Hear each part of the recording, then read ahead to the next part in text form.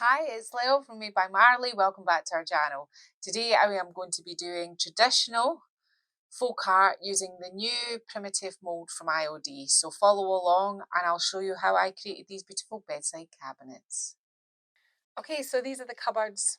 They're just sort of bog standard bedside cabinets. They're not proper wood. They're not anything spectacular. So let's see what we can turn them into. Now, I have so many moulding videos now, and I recently did a moulding 101 video. So if you're new to moulding and you're not quite sure how to apply your bowls and with what glue, if you have a look up above, Martin will put a link to that video and that will get you started on everything you need to know. So I've applied my moulds. It's the primitive mould from IOD, and what I've done is I have done a very traditional folk art style. If you go on to Pinterest or onto Google and type in folk art, then you are going to get something that looks something similar to this. I have gone very traditional. So, and I'm going to do pretty traditional colours. Now, how are we going to paint this? Normally, you've seen me paint it all one colour and come back in and rub the details out with gold. You've seen me paint each one. This time round, what we're going to be doing is I'm going to paint the background of this square first. Then I'm going to do here. Then I'm going to do the carcassy parts. Then I'm going to do the legs a different colour. But I want this to look old. So this is all about paint effects, really.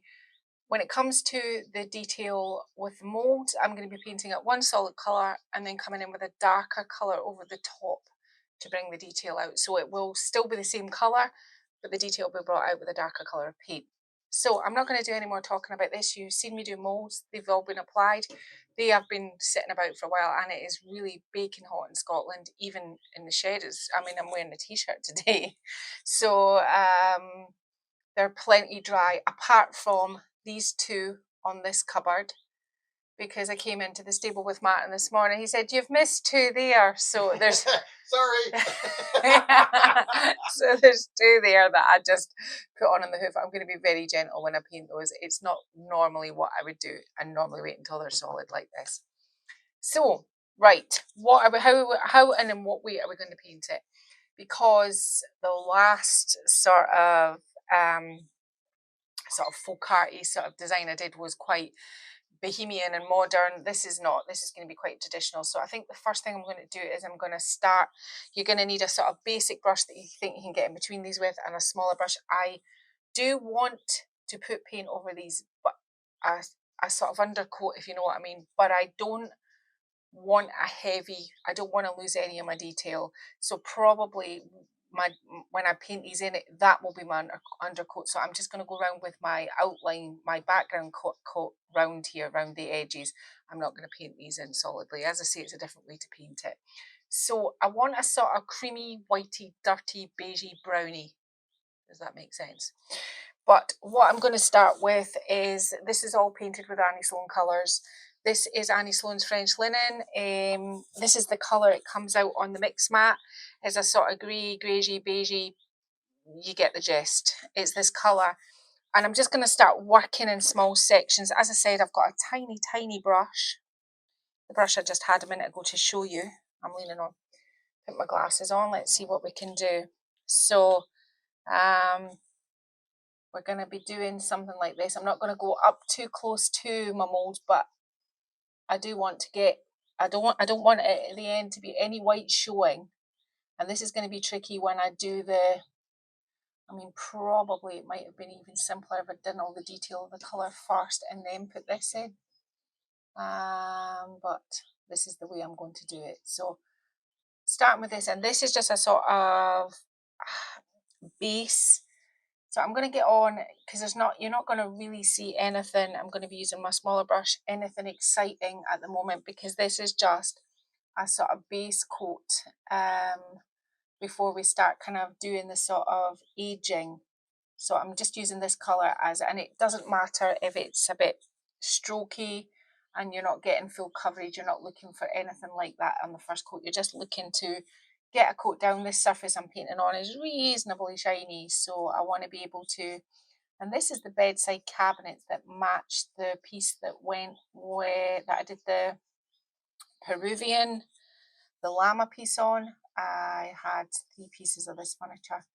So I'm just going to get on. I'm going to paint both cabinets this beige, just in this box just now. We're going to try and keep it quite tight. We're going to work from box. This is one box to box.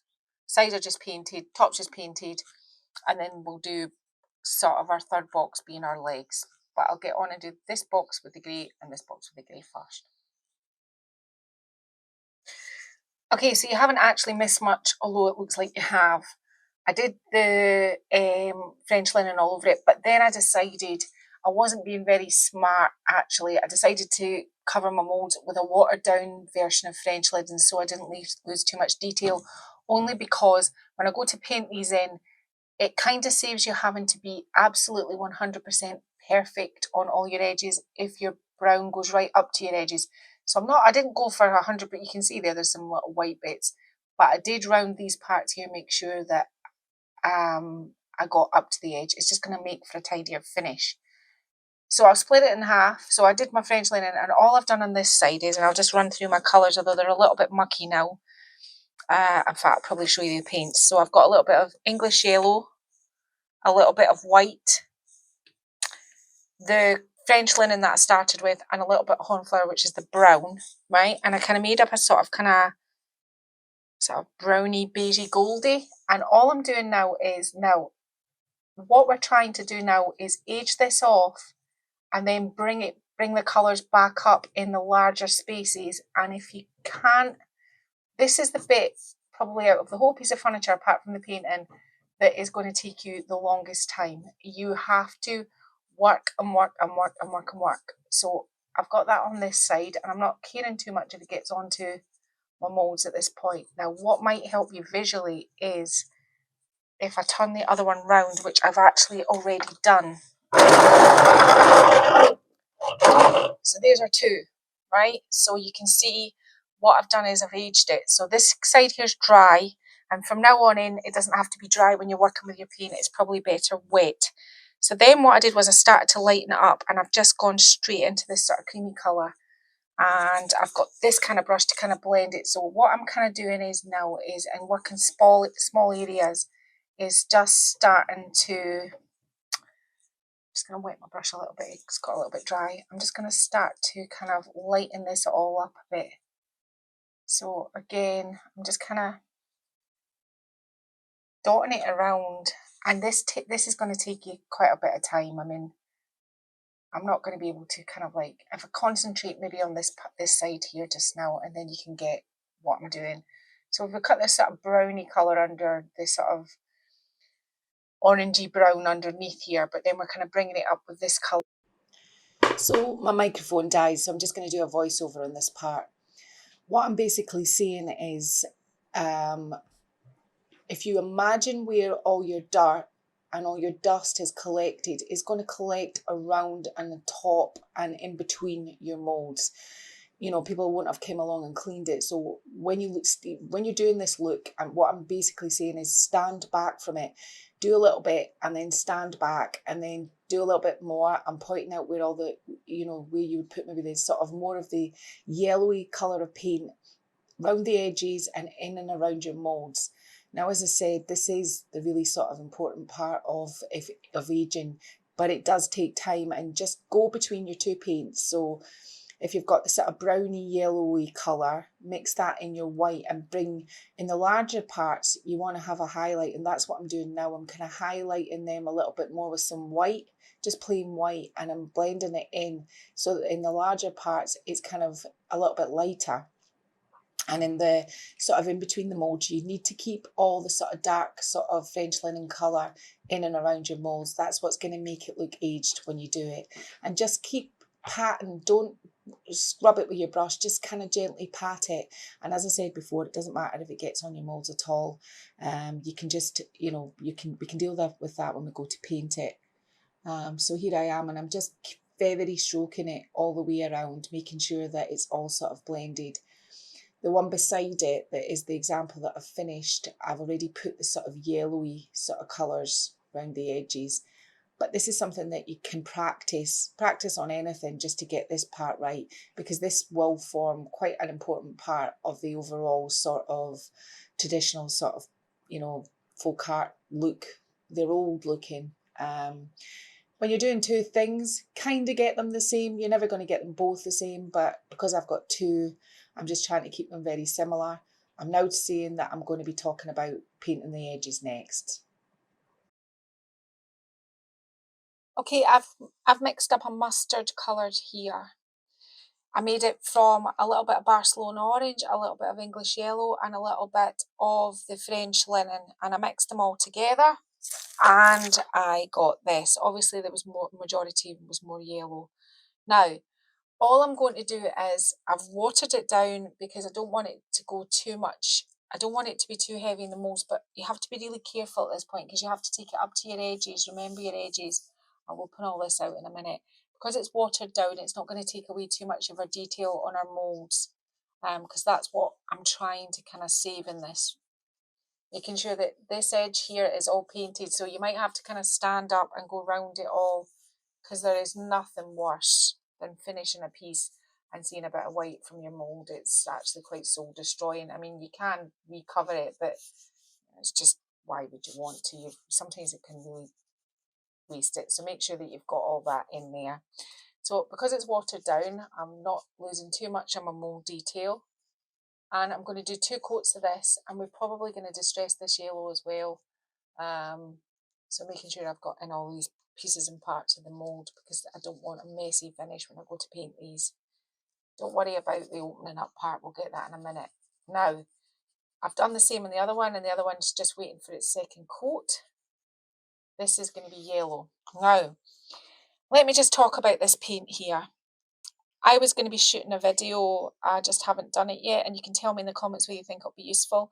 It was about starting off furniture painting and how I kind of started. And when I first started, I made my own paint. I just got latex paint and I added plaster of Paris to it, and then I added acrylic paint for my pigment, for my colour, and I mixed it up. And it is as hard working and as hard wearing as any paint you can get. It's just because it's got the plaster of Paris in it, it's very much like your chalk paint and your clay paints. So I'd already mixed up quite a good tub of it.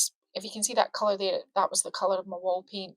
But I decided to use it up. I don't want to waste it. So all I did was I added some Provence and some Florence and a tiny touch of, I can never say it, Napoleonic blue, right? And this is the colour I've got, and doesn't look good. And its base is just wall latex paint and plaster of Paris. And it will do me really well. It will stick to the slick surface. It's no problem. But if you're interested in getting a video on how to start when because when you start, you don't have all the fancy paints. So maybe we could do something like on the sort of doing it on the cheaper end, but making it look amazing. Well, that's a bold claim, but I'll try. So this is the colour that I'm going to be painting. This edge, the top and the sides. I'm going to be leaving the bottom and the feet just now. So 2 coats of the yellow, 2 coats of the blue on both, and then we'll come back. Okay, so our cupboards are done, but I want to give them a sort of more of an age detail. So I'm just going to show you something. It's a good one. It's a good little hack. I used to do it. It's another one of these things I used to do before I bought all the fancy Crackle products. You just need some PVA glue. I'll buy it in great big containers like this because I like glue. Don't I, Marley? I have a thing about glue. Any type of glue, I have to buy it. So I'm just decanting it into here just for easier use. Now, there is a sort of system to this. I don't know whether that's not a very good brush. I just need something a little bit thinner. Let me just have a wee look here and see what I've got. Yeah, this is going to do. So what you're doing is you're sort of applying where you'd like your crackles. So all you do is you put your PVA. Don't put the thicker it goes, the wider your crackle will be. So I'm putting this on quite thin. I want some little crackles, and I'm just kind of going round the edges of. Oh, that's my floor on the stable. It's a bit uneven. So I'm going to just do something like this round my edges gonna, oh, by the way, look, just want to show you the scratch test. I'm not being gentle here. This paint here with the plaster of Paris in it, it really cures well. It glues to just about anything, and it's got a really good kind of life on it. It sticks to your furniture. So where else would I like a bit of a Crackle? Maybe some here and some here. Now, what you do is you put it on like this. Do not let it dry. Now, I took the same coloured blue here and I just added a little bit more florals just to make it more turquoisey, if that's a thing. And then I'm just going to get a brush. And while this is still wet, you just paint it on over the top of where it's been, where you've put your PVA. Now, you have to work quite fast. And I would just do section by section. I wouldn't try and do it all at once, especially it's quite warm here today in Scotland. So, I mean, it's still quite cool in the shed, but it's so hot outside. And I'm not even trying to cover all of that. I'm just kind of giving it a sort of two-tone, right? So there we go. And then what you do is you get your, which is a mile away. This is going to be a wee bit noisy. I'll get Matt maybe to put some music over it. You just get your heat.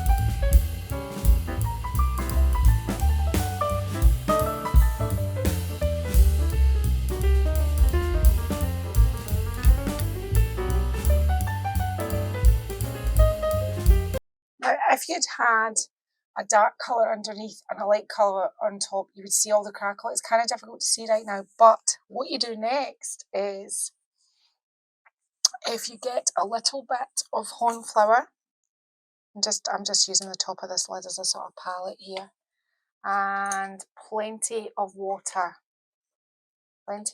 just to kind of water this down.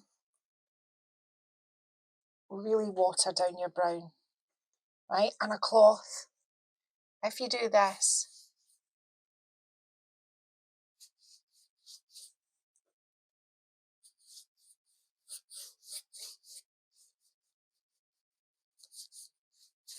cover it like this, and then just wipe, you'll find that it all kind of sits. What should do? It sits in the crackle. And I'm just kind of aging that off that way. This is not hugely noticeable because my colour underneath was so light, but if you get matte, it's just subtle. Can you see it, Martin? It's very subtle, but then what happens is your brown paint sits in it and you've aged everything off a little bit. But it's really, really effective if you use a light colour and put dark over the top, or a dark and a light over the top. But that's what I'm going to do to it all, just to kind of age it off a little bit more. That's all I'm going to do, and I'm going to leave kind of browner patches at there and it darker up in these edges. So I'm going to go on and I'm going to do that to all of the sides in that little blue rim down the front. And then we'll come back and we'll start working on painting this and considering what colour we're going to do with the legs. So I haven't done the brown on these yet because it's still drying, but you can see that there really is a huge amount of crackle on the top of this one. The white, you can see it's just the PVA and it's dry, and when it dries clear. You can just paint as usual. It's really good if you clear wax it, and then you can dark wax it and all the dark wax will sit in that, but that's down the line. I'm just showing you that all sides have been done with the crackle. Now, back to the legs. The legs I've mixed up this sort of brick colour. It was just Annie Sloane's Emperor Silk with a little bit of olive in it, which gives me this. I mean, I could have used burgundy if I wanted, but this is the colour. And all I'm doing with the legs is just what I've done with everything else. I'm just painting them in. I'm making sure I'll go back over my moulds in a minute and water my paint down a little bit so that I'm not losing so many details. And I'm just going to paint the legs red. I've already done one coat over here. And I'm only doing one coat because we're going to wash these over with brown once they're dry, and then we're going to start painting in the moulds. We'll soon get to painting the moulds, but right now it's just one kind of decent coat of the sort of red. And I'm using, if you Google traditional folk art, I'm using traditional folk art colours. I'm not introducing colours that wouldn't have been in it. I'm trying to keep these as original as I can. I'm trying to age it. For example, where did I just see it a minute ago and I thought I'm just leaving things like that. I'm leaving build up on the edges and corners. I'm leaving build up round here. If it was painted by somebody, they've just kind of like painted it. This part was the important part. They kind of, so it can be a little bit more textured. I am just putting the paint on and I'm kind of trying to get a sort of layered textured feel to the piece as well as the artwork which is to come. I'm going to get on, do the burgundy, and then we will start in earnest painting this all in, and then it should pop and we'll get on to doing everything else, okay? Okay, so now we're really getting to the good bit. This bit isn't difficult. If you, as I said, do your research, look at all the colours, decide your colours in advance, because you don't want to be going off and making different colours here, there and there. You have to kind of, I think with this sort of traditional, you have to kind of home in the traditional colours. Now, so all of this stage is just painting in the moulds. Now, you're not going, this is the reason for painting in the sides, and that was why I went back and did them, because it would be really awkward to get down all the way into there. So really a nice fine brush. Try and keep your detail, don't oversaturate it. I've watered down my chalk paint quite considerably to be able to do this. Whoops. You know what? It's always the same. You're jogging along nicely and then the camera comes out and it all goes a little bit awry. So all I'm doing is, and this isn't something that I'm going to labour a lot of time over showing you, because anybody can paint moulds and you just paint in the front of them your colour palette choices.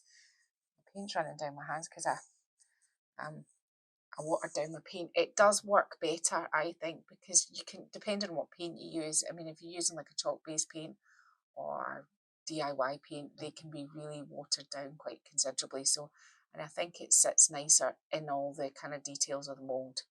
So that's all you're going to do. So I'm doing all these tulips red, but I'm going to clean my brush and I'm going to just show you some of the green. And then I'm going to turn round and I'm actually going to show you what it looks like once it's all been painted. But you get it, you're not,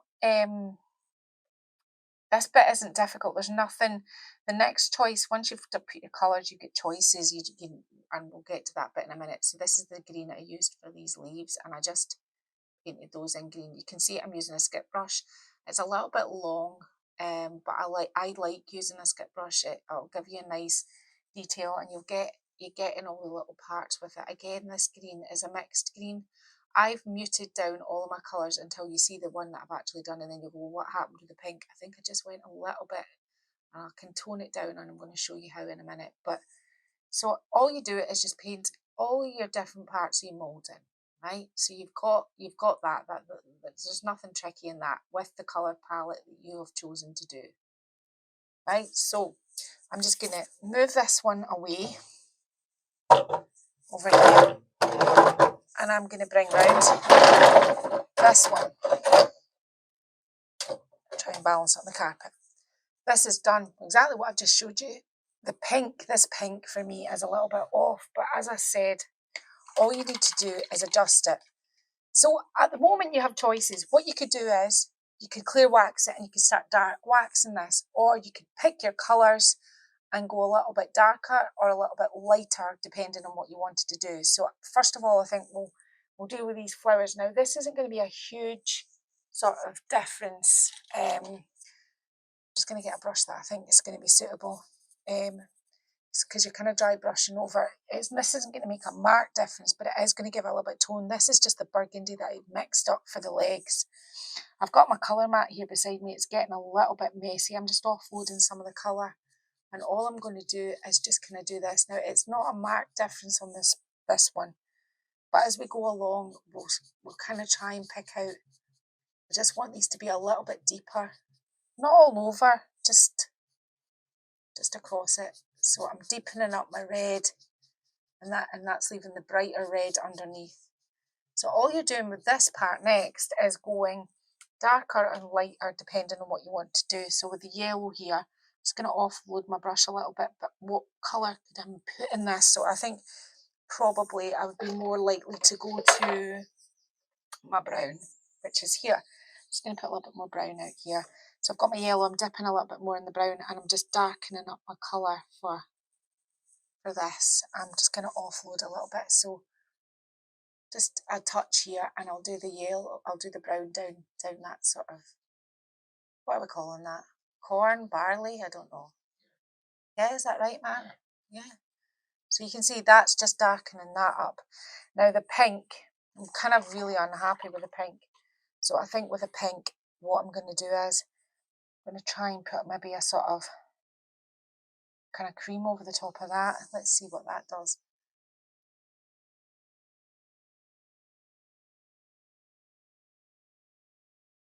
That's just giving it another, and I think because I like that so much, I've just got a tiny bit of my brush. I'm just going to do that across and bring these out with a lighter colour. So you can go darker and lighter depending, and always if your grooves are going down that way, you're going to go this way. If you go that way, your paint will sit in the grooves. So you're always kind of going the opposite direction of what way your detail or your mould is. I'm just going to be a wee bit cheeky and run that down there as well. I mean, if you want, you could highlight the end of there. So this part next is really what you want to do. I mean, it depends on what you want to do. I'm going to do that on here as well.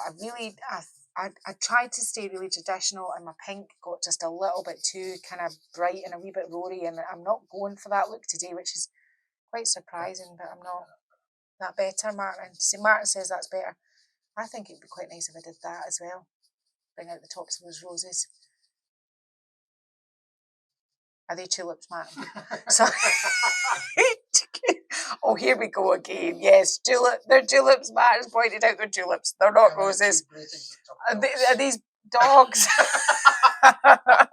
Or donkeys? Right, what are we doing with these? So this, I would imagine, I think I'm going to bring out with the colour that is this colour, the darker one that went over the top before we put the school glue on. So I have to kind of go this way across his detail and that way down there. And I'm just doing the same here. Just bringing out the detail, and it depends. You can see it as a kind of, I feel like I'm going kind of, I'm using the same blue, this blue on here. I feel like I'm kind of going quite muted this week, but this is this kind of traditional. I was never going for something too bright. I think we really need to bring the cream down here, but I've still got a wee bit blue in my brush. I think the good thing about what I'm doing here is I'm not really cleaning my brush. I'm just, oh, that's a bit much. And I think I'll do this along here as well and bring out these details. It's just kind of making it pop a little bit more. Just up and round here. So I'm going to get on it, and I'm just going to highlight. I think I'll do here, see, just being bold with it now. I'm just going to bring out all the details on all my little pieces and parts, because after this, I still have the brown wash to put on all the sides that I did on one panel, because the PVA wasn't drying quick enough. I just want a little bit more white on these flowers. I mean, it might help if I've got a smaller brush, but there. So I've just need my bunnies now, and I'm just going to go over them in a sort of brownie colour. And again, I'm just going down them that way, because that's with the way the detail's going across that way. So I'm going the opposite way so that my paint doesn't sit. And I think I'm really pretty much going to leave that like that. The downstairs part is pretty much the same. I'm just going to do let's just see if I can kind of get a lighter colour to go across here. So again, we're going kind of across the detail. I'm going to bring all the details out on here, and then I think we'll start adding waxes. I've still got the brown to do, sorry, and then when that's done, I'm going to start adding waxes to age this up a little bit more and kind of get this more to what I'm looking. But I'm actually really pleased. This is what I'm actually pleased with. I'm not always thrilled, but I do actually really like this one. I kind of have been looking at a lot of traditional folk art, and I think it's there and thereabouts. It's definitely, from what it first started, it's $1 million better. So right, so there we are. That's what I'm doing. You can go back and do other things. You could do like stamping down here. We do actually have the folk art stamp. Actually, do you know what? I might do that. I might get the little stamp out and put some stamping here and here just to finish it off, just kind of frame it off nicely. But that's probably enough. I don't think any more than that.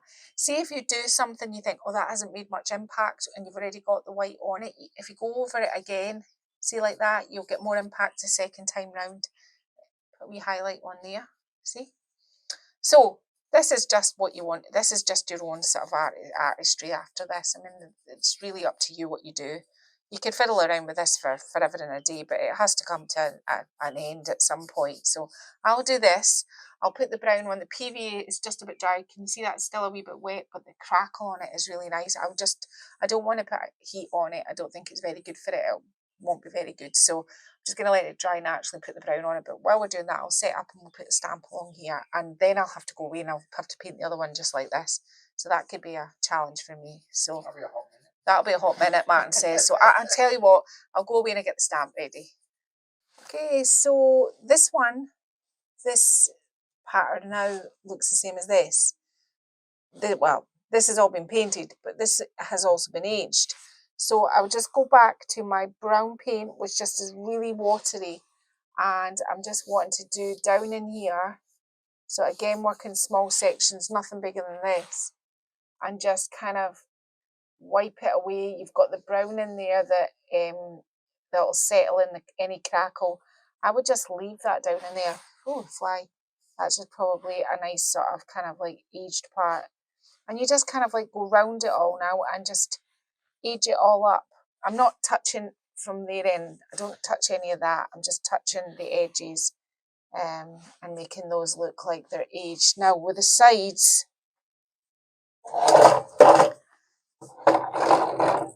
sides are just the same. Plenty of wet paint. I mean, this is maybe too big a section to work in. And there's lots of like nice detail in this. Lots of kind of good texture and crackle. And the paint should sit in it nicely. Like all in there. I mean, that's what I'm looking for. I'm looking for that sort of really the aged look. Now, what I did do with the other one, and I'll just show you now, is I just took the same brown paint. And remember, we just gave this one coat. I'm just doing the same, and I'm just kind of aging it off with the under part of it as well, just to kind of dirty up this red. So I did that with all the legs as well, and I let that dry.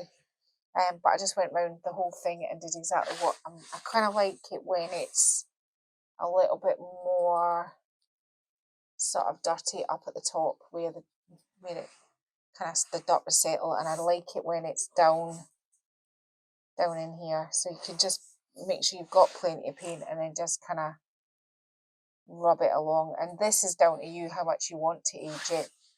Now, of course, if you've got Crackle products, you can, but I just thought, show you another way of, so you don't have to buy. When you get up to this lip here, just make sure that you get plenty, you can see here when it's dry, if I kind of move this one out the way, and I bring this one over, you can see all the edge, you can see the dirt that's settled, it's all dry, you can see all the texture and the dark brown paint that's settled in along there. So that's what I've done here. That's all I'm doing. And you can actually see that now. You can see the crackle. As I said, the crackle works so much better when you have something dark and you put light, or something light and you put dark. That'll show up the crackle, and you can use two different colours of paint. But for me, I just wanted a slight difference, just enough to give me this so that it sits in. Anyway, I'm going to get on, and I'm just going to put all this dark brown on the bottom, and then we'll get to waxing, and then we'll get to handles. Okay, so I've not quite finished the brown on the top because for some reason I must have put the PV on quite thick up there. I've done everything else, I just haven't put the brown wash up on the top. This one here, completely all brown washed and done. This one here, I went and used so I don't think I've told you yet, but the mould is called the Primitive Mold, and it's the new IOD mould. And this stamp here comes from the Pennsylvania folk art stamp. So I've got the little brown leafy one, the little sort of row of leaves, and I'm going to be stamping it just like this one, stamping it here, here, here, and here. I mean, I wasn't making it my life's work. I just kind of like got it out and kind of, the way I've cut these out though is kind of, it's a wee bit kind of fiddly. You have to kind of get it down at the top and then kind of correct it as you go. I've kept it on the hard plastic just because the thinner ones are better that way. So just that on there. And the little dotty one, the little spotty dotty one, I'm just putting down around the outside edge. So once you've got it on it, rub it down it. And so I'm just going to do the little leaves and the little dots until it looks like that one there. And this is all I'm doing, just to, well, I just figure that a little bit more won't do us any harm at all. Yeah. What do you think, Martin? Is that good? Now, these little handles came off something else. I know they look awful at the moment, but I want something very plain, nothing too ostentatious. The holes that originally had where the handles came from have been covered up with molds, so I've no idea where they are. But I'm going to paint these up with the sort of mix of the French linen and the yellow to get something like this. I'll maybe do them actually more like this, and these are going to go somewhere like this. So I'll do the stamping, I'll paint the little handles. I'm going to have to wait for a little while, I think, until this top part's dry, and then we'll get to clear waxing to bring out all the colours, and then we'll put a little bit of dark wax round and really kind of like bring out these sort of colours here. So that's what we're doing next. Okay, so the whole piece has been clear waxed, and I'm just going to do the side bits first just so that you can see what I was talking about. If you then come along and do this in certain areas with your dark wax will settle into your cracks that you've made with the PVA. I'm not saying do it everywhere, but it's quite, if you're looking to age things and you want them to kind of bring out the cracking, you just have to kind of make sure that there's no, like, you don't want a big brown circle, so you have to kind of then get your clear wax, dip it in your clear wax, and then kind of go around it to kind of get rid of that part. So say I wanted to put another part in this area here, putting the dark wax in, I'm rubbing it in with my hands, just into the crack, and I'm just rubbing it out. And I think it should settle in the cracks. Well, I don't think it does. But you can get rid of that part just by doing this. And you can do as much of this or as little as this as you want. This is dependent on you. You know, you maybe didn't want to do the PVA step, but it is a good way of getting really good crackle for. I mean, some of it's amazing. The top of this one in particular is really crackled. So that's the crackles on the sides. Yeah, the legs have just been plain waxed. Everything else is waxed. So I'm just going to flip it round. Now you always, I know I say this every single video, but just to be clear, you have to clear wax first. This has already been completely clear waxed in all the grooves, in all the parts. It has been waxed. Then you need to get a little brush, a little bit of dark wax on it, and then you can start kind of playing around with your dark wax around your details, and then just kind of rubbing it out. You don't want to, like have it, like, you're not aiming for this, which is a line around it like that. You're not wanting that. You're wanting to kind of then rub it. If you think you've put too much on it, you can come back with your clear wax and just give it a rub just to kind of tone it down a bit. So, brush here, so around in here and maybe down here. And I'm just kind of like going to rub with my finger and then just buff that back a bit just so it's not too dark. This just makes it look like sort of through time it's aged. Must have been a clear wax brush, and it's got, and all it's happened is the kind of the age and the dust and the dirt has settled in here. That's all I'm doing. I'm just kind of almost giving the low lights to the molds, giving it a little bit more something, a little bit more interest.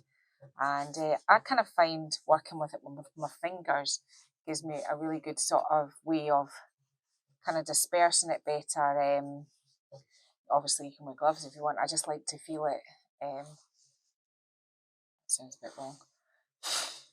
There we go. Martin.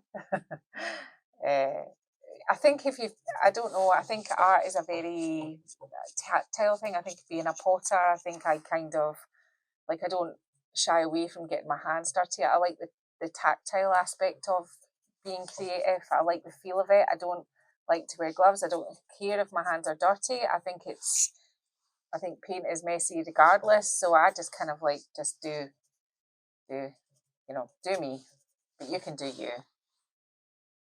Wax in there and around here, and then just rub it down with your fingers. And I think that's probably, I'm getting to the stage where I'm gonna get rid of some of that. That is probably enough on there. What I did do was I kind of ran some of it down these edges and along this edge. I think probably you're going to need your brush to get it along there because that's where all the dust would settle. A bit down this side, and I'm just going to go on and I'm going to, it's quite a lot there. I'm just going to go on and I'm going to do this to the other side and the top. This top has got some fantastic crackle on it. So when I go to put like dark wax in here, in this one, because it's quite, I've obviously applied it quite thick here, you can see how it's going to just sit in those cracks. So I'm going to get on, do this side. I did the little handles. I ended up doing them red because when they didn't stand out this colour and they looked a little bit insipid, the yellow. So I thought the red would probably sort of be the best choice. So I'll get Martin to pop those on in a minute when you drill holes for those. And then we'll get to staging and finishing up.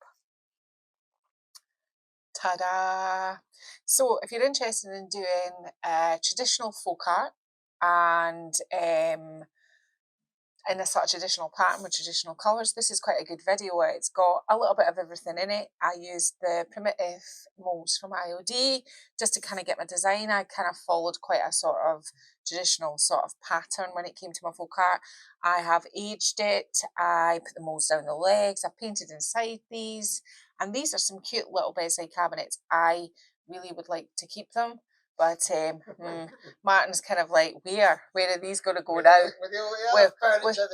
With all the other things that I'm now keeping that big cabinet behind us with the eggs on the IOD one. I'm keeping that now too. That's mine. It might be on the website, but it belongs to me. It is going in my house sometime. I just have to get rid of something to get that in, and it's not happened yet. So yeah, this is the problem if you do furniture. Suddenly you make something. I don't want to keep it all. Some of it I'm not bothered about, but I really like these. Really easy to do. Nothing too tricky. And really, I think what helped it along was that the molds had been on for quite a while. They were brick hard. They were easy to paint on.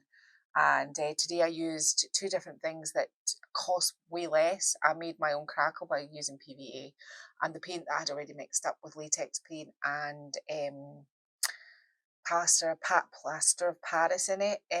It really, really lowers your cost when you come to doing things like this. So if you're interested in anything like this and you want to start flipping furniture but you haven't got everything to start with, because everybody has to start somewhere. I remember making my own paint, making my own stencils. I have made my own Crackle. I mean, I have done it all, and you just kind of do one, sell one, do one, sell one, do one, sell one, until you can start to kind of amass all the things that you need. So you don't need all this sort of fancy transfers, although they are lovely.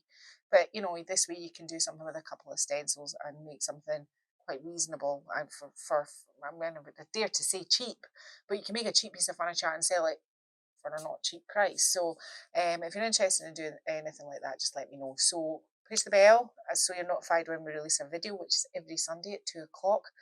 And give us a like, leave me a lovely comment. I love your comments, and I read all of the comments and I reply to all the comments. Not straight away, sometimes it takes me a full week, but I get there. I get through them all. It takes me a time between Facebook and Instagram and everything else. The time I get there, you know, we are going to get answered, and I do read them all, and it's very kind of you. We've hit 4K subscribers now. Martin and I are, yeah, Martin's doing this behind the camera. It's amazing to us that anybody would want to watch this nonsense, but they do. So I will see you again next week. And so will the lovely Martin on Sunday. Bye bye. Bye bye.